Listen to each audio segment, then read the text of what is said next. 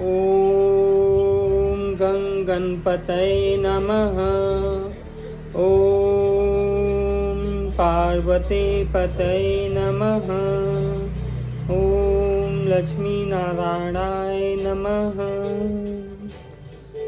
सुप्रभात मित्र, आज हमें रामधारी सिंह दिनकर जी की कुछ पंक्तियाँ याद आ गईं, जो ये इस तरह से हैं। सकल देश में हालाहल है, दिल्ली में हाला है। सकल देश में अंधियारा है, दिल्ली में प्रकाश है। जी हाँ, ये शीर्षक इसलिए बोलने की ज़रूरत पड़ रही है क्योंकि जिस देश में हर दिन अर्थशास्त्री और बड़े बड़े मीडिया कर्मी बस यही बताते रहते हैं कि हम बहुत ही तेज़ी से विश्व की सबसे बड़ी अर्थव्यवस्था बनने के तरफ बढ़ रहे हैं, और ये इनकी सफलता और इनकी दूरदर्शिता का ही कारण है कि भारत की शक्ति विश्व पटल पे बहुत ही तेज़ी से उभर रही है। ये बात ये नहीं है कि मैं बीजेपी के विरुद्ध बोल रहा हूँ। इसका अर्थ ये होता है कि मेरे विचार में जो था कि 1947 आज़ादी के बाद हमारे देश की जो परिस्थिति थी वो दिन प्रतिदिन पहले से बदतर होती जा रही है। यहाँ पे केवल कुछ लोगों के आर्थिक विकास या कुछ वर्गों के विकास के लिए नहीं, बल्कि समस्त समाज के कल्याण की बात हो रही है। यदि हम लोग विकास की बात करें तो हमारी जनसंख्या में बहुत विकास हुआ, हमारे क्षेत्रीय और राजनीतिक क्षेत्रों में भी विकास हुआ, औद्योगिक क्रांति में भी विकास हुआ, और सुरक्षा के आयामों में भी बहुत ऊंची उछाल हमने मनाई है। लेकिन इन सभी बातों के बाद भी हमारे देश की सबसे बड़ी विडंबना ये है कि अब तक जितनी भी सामान्य वस्तुओं जिनकी ज़रूरत है तो जीवन में जो बहुत ही आवश्यक है, उनका बहुत तेज़ी से कमी होती दिखाई दे रही है। इन्हीं कमियों में प्रदूषण के माध्यम से दिल्ली के दूषित हवाओं की बात कर लें या तो पूरे देश में जल संकट की बात कर लें। जी हाँ, अभी गर्मी का अप्रैल महीना का प्रारंभ हुआ है, जो कि अभी मध्यकाल में अप्रैल की स्थिति है कि हमारे देश के बहुत से राज्यों में, खासकर महाराष्ट्र के हुए, उत्तर प्रदेश के हुए, मध्य प्रदेश के हुए, राजस्थान के हुए, ऐसे बहुत से राज्य हैं जहां पे जल संकट प्रारंभ हो चुका है। लोगों को कई किलोमीटर दूर दूर तक सर पे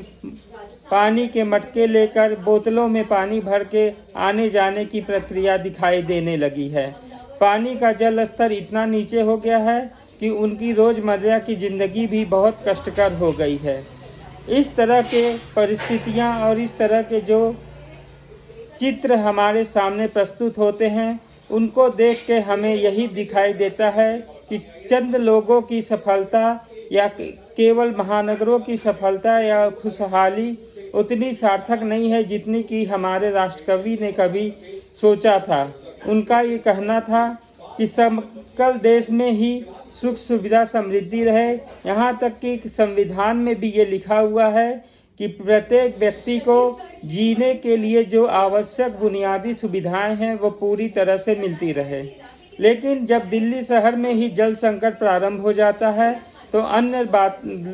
जगहों की बात ही करना एक बेवकूफ़ीपन है।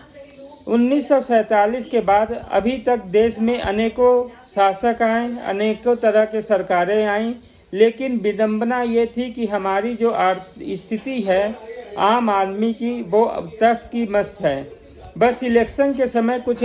टूटियाँ लगा के उस पर फ़ोटो खिंचवा लेना और जल संकट से पूरी तरह से अपने आप को कामयाब बता देना, ये पूरी तरह से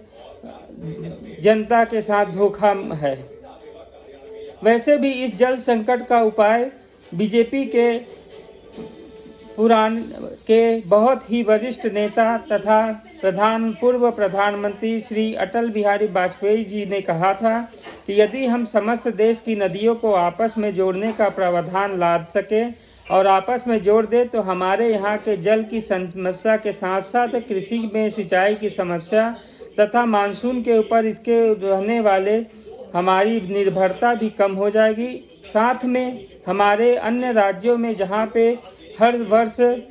बाढ़ के द्वारा बहुत सी जिंदगियां ख़त्म हो जाती हैं, उन सब को जान माल की क्षति को बचाया जा सकता है। उनके द्वारा कहे हुए इस बड़े प्रोजेक्ट की बात करें तो उनकी ही पार्टी के 14 वर्षों से शासन कर रहे नरेंद्र मोदी जी इस विषय में कोई विचार नहीं किए हैं। यदि वो किए होते तो कम से कम उन क्षेत्रों में जहाँ पे अधिक से अधिक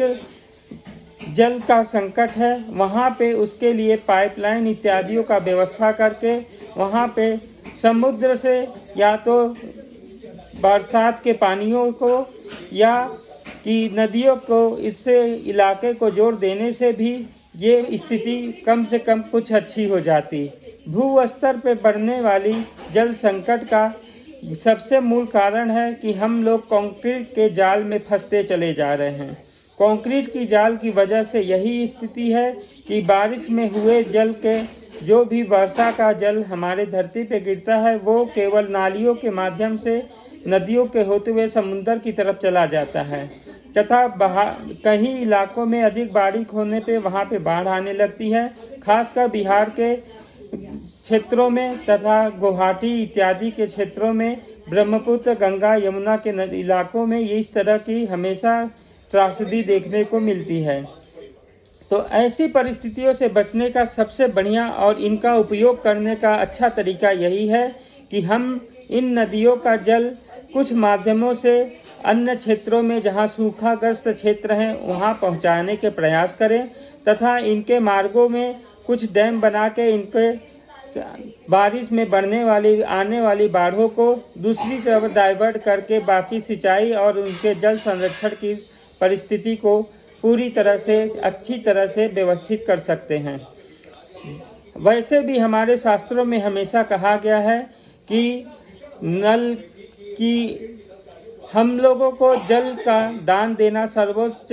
दान माना जाता है और इसके लिए जलाशय तथा बावड़ी